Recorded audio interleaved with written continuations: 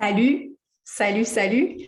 J'espère que tu vas bien et j'avais envie de faire ça. J'espère que tu vas entendre.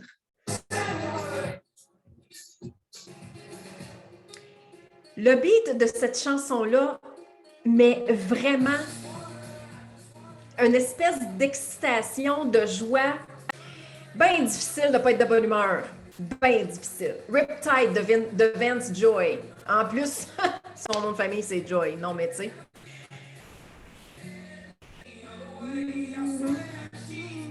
Et toi, quelle chanson, artiste, met de la joie dans ton cœur?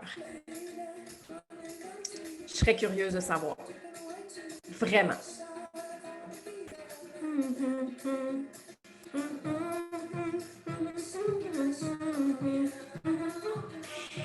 C'est dans la catégorie pour moi des happy songs. Tu sais, les journées où on se sent moche, on se sent poche. On a l'impression que tout ce qu'on fait, ça ne fonctionne pas. Tu sais, c'est des journées de caca, là, tu sais, où on a l'impression de ramer à contre-courant. Alors, souvent, et ça m'arrive, hein, naturellement, je ne fais pas exception à cette réalité-là, mais juste d'écouter une chanson upbeat ou notre chanson préférée ou une chanson d'un artiste qu'on aime vraiment beaucoup, ben ça peut vraiment nous amener dans une énergie complètement différente. Parce que quand on est différent, hein, quand on vit avec un défi d'attention, ça arrive que ce sentiment-là nous submerge. Et si c'est la première fois que tu arrives dans mon univers, je me présente, Zarina Boily, coach TDAH, certifiée, alliée des hyper, adulte qui vit avec cette incroyable différence, mais qui parfois, on va se le dire, est chiante. Et oui, ça m'arrive d'utiliser des mots qui, wow, c'est comme qu'est-ce qu'elle dit. J'ai longtemps été journaliste où je devais être sérieuse à la télé, où c'est ça. J'avais l'air sérieuse et je me prenais au sérieux, alors que dans la vie de tous les jours, je suis une fille qui aime s'amuser, qui aime avoir du fun, qui aime faire des blagues et qui a un franc-parler. Ben oui. Alors, ça, je l'ai mis de côté pendant longtemps. Ça ne veut pas dire que je parle tout le temps comme ça, non. Mais des fois, ça m'arrive d'utiliser des mots qui sont un peu moins beige. En fait, je n'utilise pas tant de mots que ça qui sont beige, du moins, j'espère que non. Alors, je te souhaite la plus chaleureuse des bienvenues. Et aujourd'hui, je vais te proposer de faire un exercice avec moi qui s'appelle le temple de la renommée des moments magiques. Non, je ne fais jamais rien comme personne. Oui, j'essaie toujours d'avoir des idées originales. Et celle-là en est une. Je suis funky, je suis weird, je suis indigo. Je suis un adulte indigo. Je suis un amalgame de paradoxes, de dualité. Et aujourd'hui, dans une activité dans laquelle je participais, il y a eu une carte qui a été pigée. Et la carte m'a vraiment beaucoup parlé et ça dit « You're not for everyone ». Et je le sais que dans mon travail, avec ma vision, je le sais que ce n'est pas pour tout le monde. Mais dans mon cœur, j'aimerais tellement ça que, peut-être pas tout le monde, mais que des milliers ou des millions de personnes vibrent avec moi. Mais non, je ne suis pas pour tout le monde. Ma vision n'est pas la bonne pour tout le monde et c'est OK. Donc, du moment que je me dis, mais j'accepte juste ça, puis c'est correct, je n'ai pas besoin, en fait, d'avoir, ben oui, je veux créer un crowd, une grande communauté, mais une communauté avec des gens qui vont résonner avec moi et où on va pouvoir raisonner ensemble. Donc, c'est ça. Et dans le défi d'attention, il y a beaucoup de choses qui entrent en ligne de compte. On va avoir tendance à porter une mauvaise estime de soi-même, une confiance en soi qui est des fois chambranlante, des fois un peu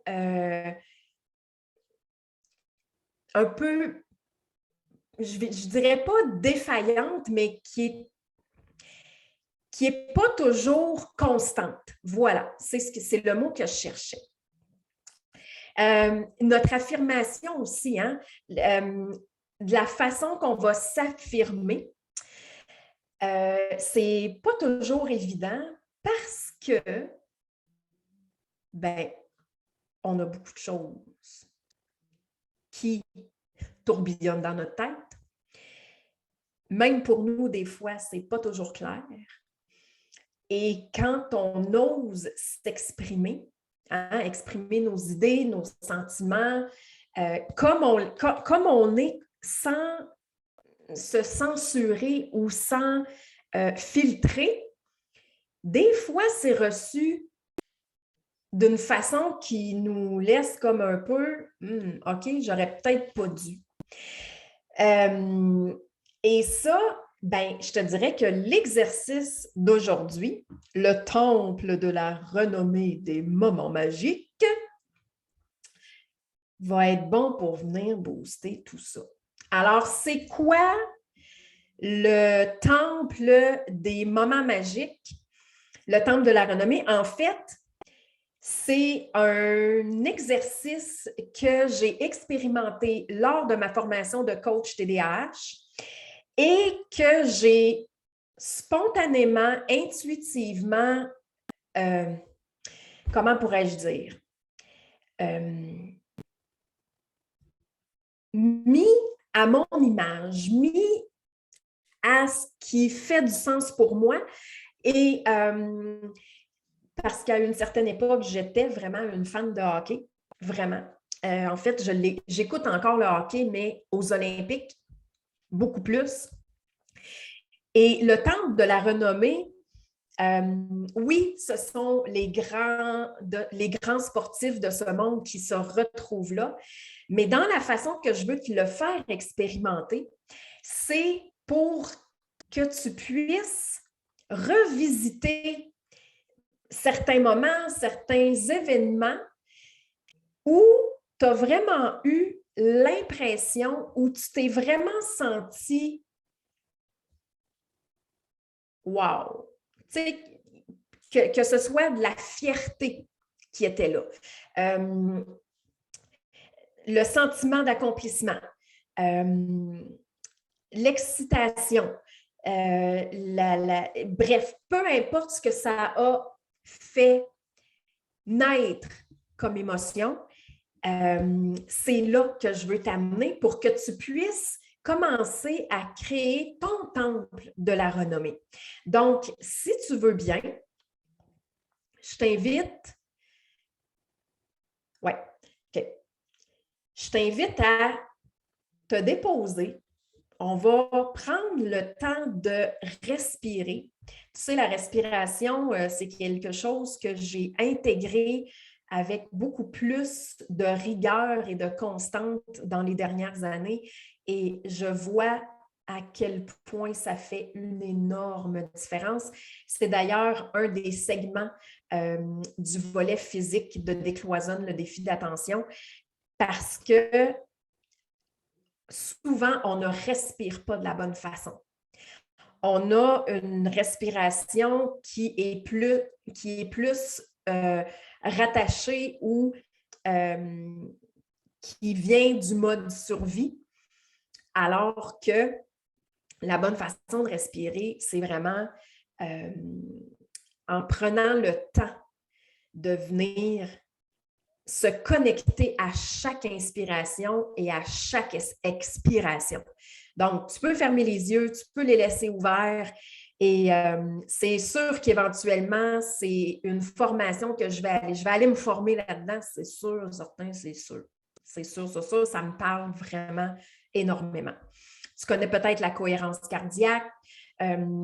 Peut-être que sur ton téléphone intelligent, tu as une application comme Respirelax, je pense qu'elle existe encore, qui te permet justement de calibrer ta respiration qui va en même temps recalibrer le système nerveux. Donc, on va juste, comme je le disais, tu peux garder les yeux ouverts ou les fermer et inspire par le nez.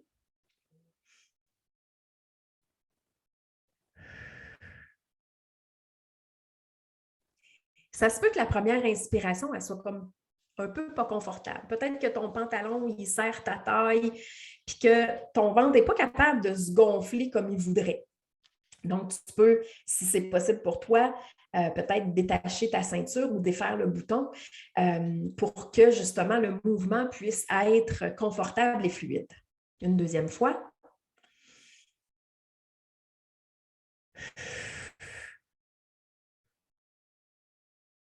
Et à l'expire, tu peux relâcher.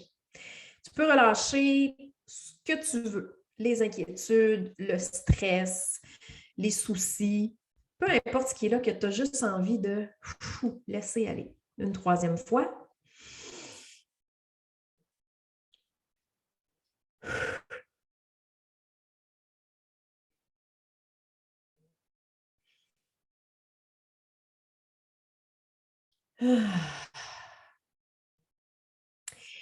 Et là, je t'invite à revisiter certains épisodes de ta vie où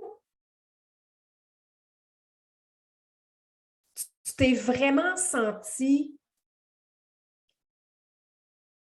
je te dirais, le mot qui vient, c'est dans un état de béatitude, où tu étais bien avec toi-même, tu avais ou tu éprouvais un grand sentiment de fierté.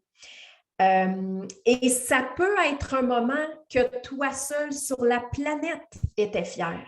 Donc, ça peut être une fierté qui vient de l'extérieur, mais idéalement, ce qu'on veut, c'est vraiment une fierté que même si tu étais la seule personne à être fière de ce moment-là, tu serais fier quand même. Et ça peut être quelque chose, ça n'a pas besoin d'être grandiose, phénoménal. Et même si aux yeux des autres, c'est banal, l'important, c'est que ce soit important pour toi. Et ça aussi, ça fait partie du message que j'avais à partager dans ce vidéo. C'est vraiment de mettre ton attention, ton focus, de te concentrer sur ce qui est important pour toi. Le reste du monde, pour reprendre l'expression de nos amis européens, on s'en bat les couilles. On n'en a rien à foutre. OK? On peut vraiment, tu sais, c'est comme, c'est nous, c'est soi par rapport à soi. Donc, pour t'aider à faire cet exercice-là, je te partage un de mes moments et je vais t'expliquer qu'est-ce qui fait que c'est un moment que je veux mettre dans le temple de la renommée, des moments magiques. Alors, on est en début des années 90. Mon grand rêve à cette époque-là, c'est de devenir journaliste. Et je suis dans l'Ouest canadien. Je suis acceptée dans une école d'Ottawa, mais me passe l'idée folle de faire mon cours de journalisme en anglais. Alors, je me mets à chercher des écoles dans l'Ouest canadien. Il y en avait une à Calgary, une à Vancouver. Et celle de Calgary avait des standards extrêmement élevés. Te dire à quel point j'ai travaillé fort, c'est incroyable. On avait à fournir un portfolio. Donc là, il faut que tu comprennes que je suis la fille québécoise qui est partie du Québec, qui est partie à Banff et que toute sa scolarité est en français. Donc, on s'entend que tous les textes que je peux fournir en anglais n'existent pas. J'ai à les créer. Déjà là, c'est un premier défi. Donc, j'ai 3, en anglais, on dit writing samples. Donc, j'ai 3 textes à fournir. J'ai 3 questionnaires à compléter. Bref, puis en fait, puis là, j'ai même pas, je suis encore loin d'avoir franchi la porte d'entrée. OK? Parce que le portfolio, c'est ce qui permet à l'établissement, le Mount Royal College, c'est ce qui permet à l'établissement de faire le tri dans le programme contingenté de journalisme. Et là, j'ai des collègues extraordinaires. Je travaille d'arrache-pied. Je suis à l'ordinateur, je ne sais pas combien d'heures à écrire, taper mes textes. Puis en fait, ce que je veux, c'est vraiment à vous donner l'impression aux gens qui vont regarder mon portfolio, qui ne se posent pas la question, OK, elle est québécoise, mais on dirait vraiment qu'elle est anglophone. Donc, je veux vraiment semer cette graine-là dans mon portfolio. Alors, j'écris, j'amène mes textes à une amie. On travaille, moi je suis caissière, elle est au bar dans un restaurant du Banff Springs Hotel et elle me corrige mes textes, elle me corrige quand je parle. C'est une des filles qui a énormément contribué au fait que je suis devenue parfaitement bilingue. Et je travaille des heures et des heures et des heures. Le portfolio est prêt, 21 pages ou 22 pages. J'envoie ça par la poste et j'attends.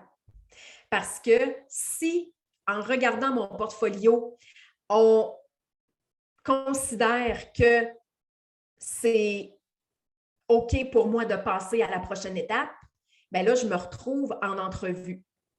Oui, j'ai passé une entrevue pour aller étudier en journalisme. Donc, je reçois l'appel. Déjà là, je ne me peux plus. Je suis hyper excitée. Alors, je vais à Calgary, puis il y avait aussi des tests de connaissances générales, tests de grammaire, bref. Ça fait 2 ans que je ne suis pas allée à l'école. Je rentre là le matin. J'ai une entrevue avec le directeur du programme. Je fais tous les tests. J'ai le cerveau en jello quand je sors de là et le sentiment de découragement qui m'habite, je m'en souviens encore aujourd'hui. Je suis sortie du Mount Royal College. Je me suis assise sur un banc par une belle journée d'été ensoleillée. Et là, je me suis dit, impossible. Je suis aussi bien de faire une croix là-dessus. Ça ne se réalisera pas. Je ne serai pas acceptée à cette école-là. C'est comme... Quelques mois plus tard, je reçois une lettre. Et la phrase, je l'ai relue 3 ou 4 fois parce que la phrase disait que j'étais acceptée et j'étais convaincue qu'il avait oublié une négation quelque part. Et là, c'est comme je tripe ma vie. C'est vraiment à cette école-là que je voulais aller, justement parce que les standards d'admission étaient très élevés. Donc, je suis acceptée à cette école-là, mais le party n'est même pas encore commencé. Là. Vous dire à quel point j'ai rushé pendant la première session avec les cours d'histoire de l'histoire des médias à apprendre dans une langue seconde. J'enregistrais mes cours et quand je réécoutais, bien souvent, je ne comprenais pas la moitié. Et pourtant, je n'avais pas de misère. Tu sais, je parlais anglais très bien, je comprenais très bien, mais d'apprendre dans une autre langue, c'est un autre paire de manches. Donc, pourquoi ce moment-là fait partie de ceux qui sont dans mon temple de la renommée des moments magiques? Parce que pour me rendre, pour être acceptée dans cette école-là, il y a énormément de force du TDAH que j'ai utilisé. Et à ce moment-là, need I add, je ne sais pas que j'ai un défi d'attention. Je ne le sais pas. Donc, je ne peux pas faire de lien à ce moment-là avec tout ça. Mais maintenant, je le sais.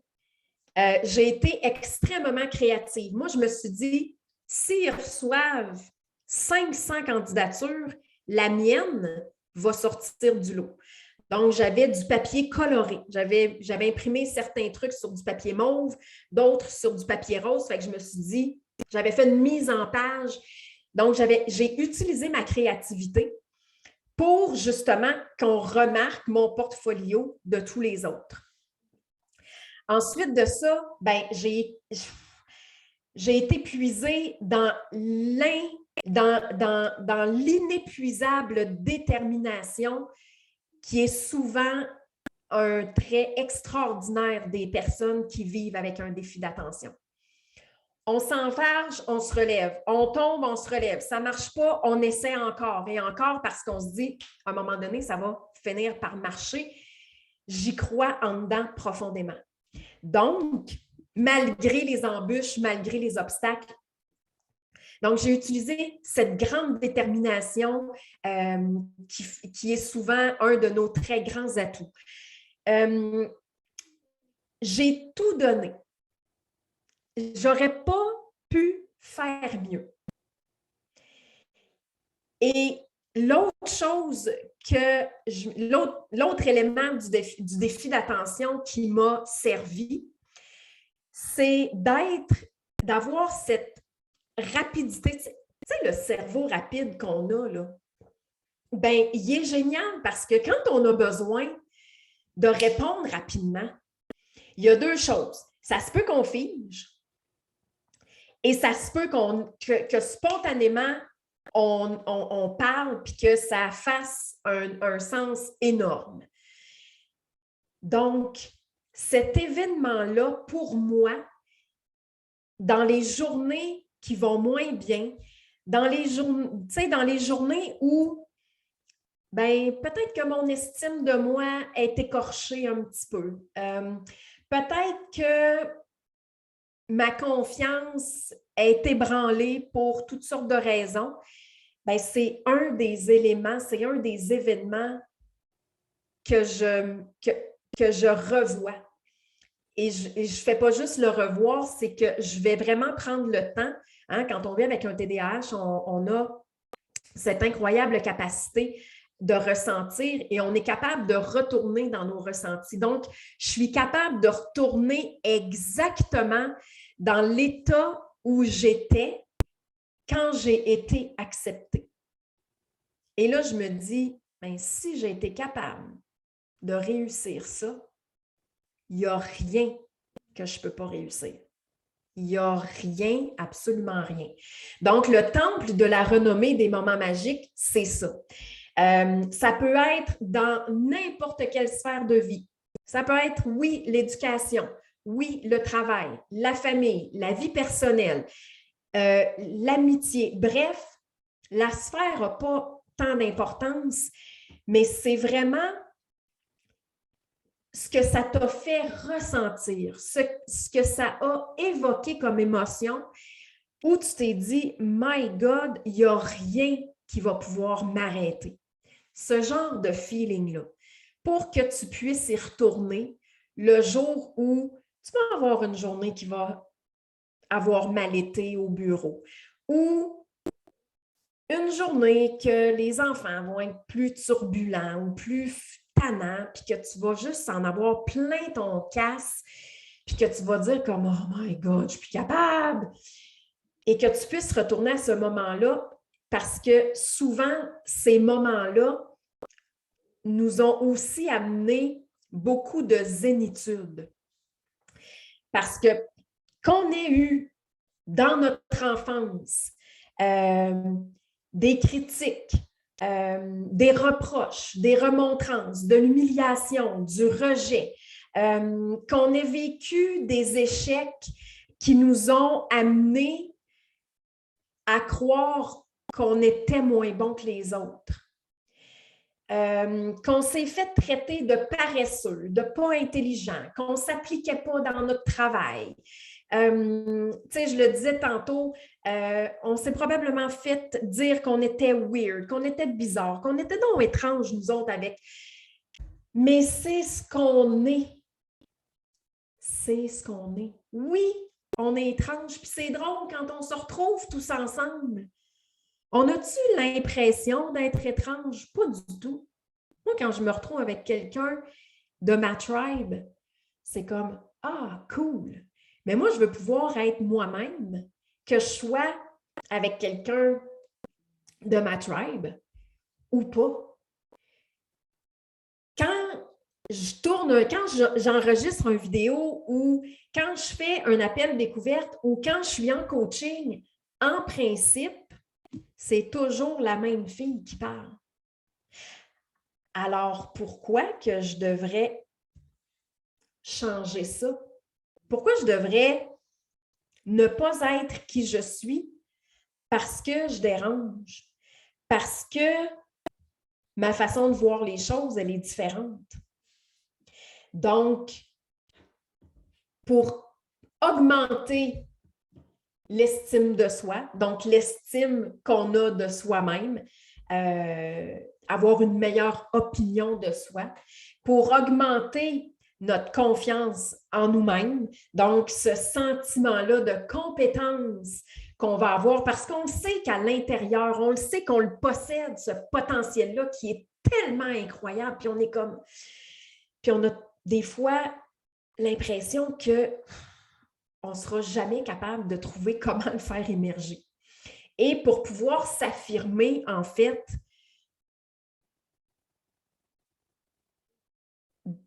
authentiquement, simplement, avec nos idées farfelues, notre façon de voir la vie qui peut peut-être être excentrique, hors norme, peut-être que ça décoiffe, peu importe le qualificatif qu'on y met. Peu importe le qualificatif qu'on y met. S'affirmer sans avoir peur ni accorder tant d'importance à ce que les autres vont penser, hein, au regard des autres ou à l'opinion des autres ou au jugement que les autres vont peut-être avoir. De toute façon, tu sais, you're not for everyone, ça veut dire, oui, c'est ça, il y a des gens qui vont nous aimer, il y a des gens, moi je suis sûre qu'il y a des gens que ma face, elle leur revient pas. Ils doivent qui me trouvent trop intense, trop toute. Mais j'ai longtemps mis un cap là-dessus. J'ai longtemps diminué mon intensité parce que je ne voulais pas déranger. Je ne fais pas déranger pour faire suer le peuple ou pour contrarier. C'est dans ma nature, c'est ça un adulte indigo. C'est là, ça a cette énergie. Donc, si j'arrête d'être moi-même, ben c'est une partie de moi que je rejette, donc je m'auto-rejette moi-même. Alors, le temple de la renommée des moments magiques, c'est aussi pour nous amener à reconnecter avec soi-même. Cette fois-là où, peu importe ce qu'on nous aurait dit, je dis 7, mais ces fois-là où, peu importe ce qu'on nous aurait dit, on aurait continué. Peu importe ce que les autres auraient pensé, on aurait continué. Pourquoi? Parce que c'est ce qu'on voulait, parce que c'est ce qu'on souhaitait, parce qu'on y croyait, peu importe le pourquoi. Puis honnêtement, c'est vrai que jamais j'aurais pensé être acceptée à cette école-là, jamais de ma vie. Alors, quelle belle surprise ça a été ce mois d'août 1993 quand on m'a dit « Hey, Zarina Boily, guess what? On a une bonne nouvelle pour toi, tu es acceptée. Tu commences dans 2 semaines. » Puis j'ai rushé pendant les 2 ans. Là. Comme je disais tantôt, la galère n'était pas encore commencée, mais si j'avais été capable de livrer la marchandise avant même de rentrer au Mount Royal College, c'est clair que je ressortais de là avec un diplôme. Quoique j'ai manqué tout sacré ça là 2 semaines avant de graduer. Ou 1 mois. Sérieux. Il s'est passé quelque chose, puis là, c'était comme Là, si je ne suis pas faite pour le métier, puis je m'étais faite ramasser par un de mes profs, là, solide à part de ça. Et on parlait d'affirmation de soi tantôt. Bien, cette fois-là, là, j'ai gelé. Puis souvent, on gèle, on freeze, on paralyse quand on ne s'en attendait pas. Moi, je ne m'attendais pas de manger un char de wash ce matin-là. Pas pantoute. Et quand je suis rentrée dans son bureau et qu'il s'est mis à parler, j'étais sidérée, j'étais bouche bée et je suis ressortie de là tellement enragée là, et que j'étais fâchée. Et je suis passée en avant du bureau de mon autre professeur. Puis là, je lui ai dit, et puis la face que j'avais, là, c'était « Tu me dis pas non parce que je rentre pareil. » Puis là, je l'ai regardé, j'ai dit « I need to talk to you now. » Ça a sorti dans un tigre. C'est comme « Faut que je te parle maintenant. » Et là, je suis rentrée dans le bureau, je lui ai vidé mon sac en anglais, puis j'ai dit « Écoute, si je ne suis pas faite pour le métier de journaliste, là, dis-moi-les tout de suite. Parce que moi, je viens de me faire ramasser par l'autre prof, comme jamais je me suis fait ramasser dans ma vie. Là. Fait que si je ne suis pas faite pour le métier, tu me le dis, je sors de ton bureau, je sors de l'école et je n'y remets plus les pieds jamais. Fuck les examens de fin d'année, de fin de session. Oublie-moi, je ne suis pas là. Je dépine, je décroche, ciao, bye.